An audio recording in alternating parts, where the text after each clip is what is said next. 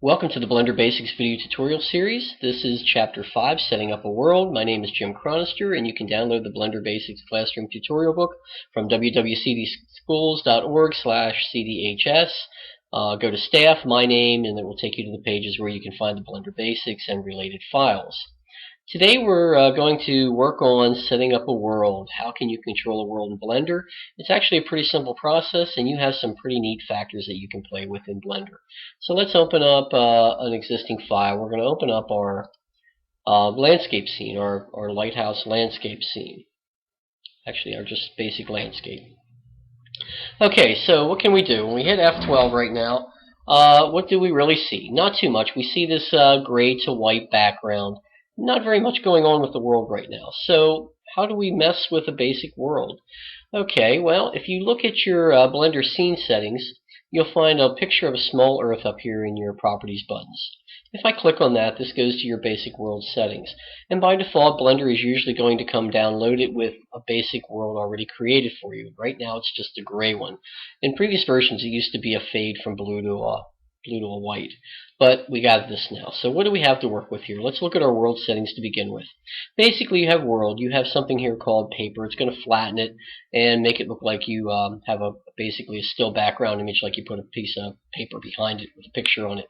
We have a blend, which will blend our horizon and zenith colors. Horizon being the bottom of color and zenith being the top color. And then you've got a real sky, which will actually spin with you as the camera moves. So it actually looks like you're looking at a different part of the sky. So you've got some different options in here. And then you've got your horizon and zenith color and an ambient color. Most of the time I don't usually work with too many ambient settings. Ambient is just like an overall glow, like there's an overall lighting to your scene. You have to be careful with ambient lighting because a lot of times it can give you a washed out effect. You're going to see some other examples of some new things in here in Blender. Ambient ocularity, or ambient occlusion, environmental lighting, indirect lighting. We're going to play around with all of these a little bit later on in another chapter when we get into some things. And gather also kind of relates to some of that, where right now we're gathering using ray tracing for our features. Stars and mist. These are two that we're going to play around with first today. So let's start looking at our basic colors here. Let's say we want to try to come up with a nice bright daylight sky. So let's start out with a horizon color. Give it some brightness. Give it a shade of blue. And let's give it a zenith color of just pure white. So we're going to keep the wheel in the middle. Now if you notice my sample doesn't show anything, that's because we're not blending it. When I hit blend, we go from blue to white. So let's hit F12 and see what that now looks like. Blue towards the bottom, we have a whiter background up to the top. And really that's about all we need to do with that. Now let's say we want clouds in our sky. Well, that's a texture. So I'm going to scroll down here to my texture panel, and I'm going to go straight to textures. Now, when you go to textures, you might have to hold down your mouse wheel to scroll a little bit to get the buttons to pop up. We're not working with a material for an object. We're working on our world settings. So make sure this says world. Add a new texture. By default, it is clouds. Okay, let's just keep it where it's at, and let's go back and look at our world buttons again. Now you see there's a little puffiness to your clouds. If you hit F12, it's going to reflect that on your scene. You're going to see some little bit of puffs of blue and some white. It's going to be a little puffy in there. Okay, well, let's fix that up a little bit. Let's click on the Real Sky button, and that's going to change the way that it maps it onto your scene.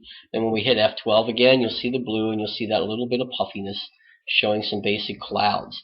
This is a three-dimensional cloud field. We can animate it and actually do some other things with it later on.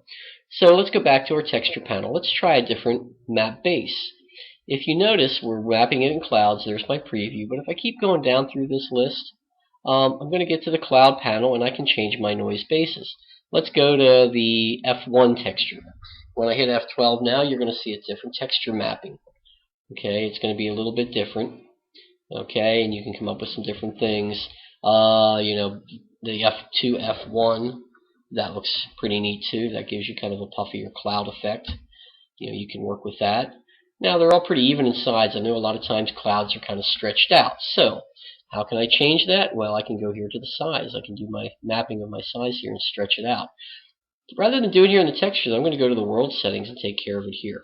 So let's close these panels up so I can get down to the size of it. Oh, my mistake. It's actually, I do have to do it over in the texture panel. Okay, let's change my size here. So what I can do is I can stretch these X and Y out differently. Hit F12, render another picture. So there I've kind of stretched it the wrong direction. Okay, so I want to go the other way. That's kind of a neat effect, but not quite what I'm going for.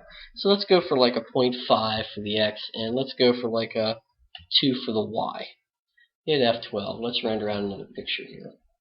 Okay, and you're getting some different puffier effects to your clouds. Okay, so again, something you can experiment with and try to come up with something different with it. Let's go back to the world settings. I'm actually going to turn off those clouds for right now. Let's go back over to textures and just get rid of that texture type. Okay, go back to my world settings. It's gone now. Let's say I want fog. Well, fog is usually gray, so I'm going to turn these back to a shade of gray. Middle shade of gray here. Okay, and we'll just go with that right now. Okay, so I want fog. Well, let's see. Let's see what we have. Here's a mist setting. Let's turn mist on. And let's just, with that turned on, let's hit F12 and see what we get now. Okay, and by default, you're at a pretty good setting. In older versions of Blender, the depth would be set at 0. And basically what that means, with a depth of 0 and F12, you don't see anything because your fog is as thick as pea soup. So you need to kind of find a depth that gives you a good view that you can see through it well for me. Now, what do some of the other settings do? Well, height would be, let's say you're walking through a cemetery. In these old movies, you see a little fog down close to the ground. That would control it from you. Intensity is also something you may want to play around with. Start would be how close to the camera does the fog start. Well, if you're standing in the middle of the fog, you're standing in the middle of the fog. You probably want your start to be 0, but you can make the fog start away from you a bit. Okay, well, that's pretty neat. Let's turn fog off. Let's turn everything here to black for a moment. Okay, let's turn on stars. What do we get when we have stars? Well, now you see some samples there for stars. Hit F12, and now we've got a nighttime scene with some stars in the background. Do you want more stars? That would be the separation of stars here. How far apart are the stars? Be very careful not to take that too low. I'm going to go down to 10. The reason being is this is a three-dimensional star field. If you start moving the camera through it, the stars will be going past you.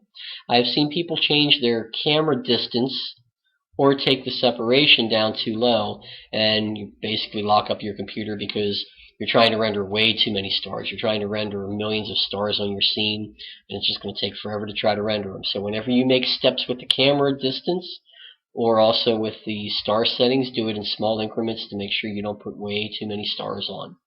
And really, that's about it. Colors. If I take the color noise up to 1 and hit F12, you're going to have the Fruit Loops of stars, all kinds of different color stars. And then, of course, you also have a size setting. So, again, you got some neat settings with stars. I'm going to turn those off. I'm going to take my horizon and zenith. I want this to be kind of a darker and stormier night. So I'm going to do a couple different, slightly darker shades of gray for my nighttime scene. And I'm going to go back and I'm going to put that texture back on. I'm going to browse my texture block, and that was texture 03. There were my clouds. Let's hit F12 again, see what we get. Okay, so there we go.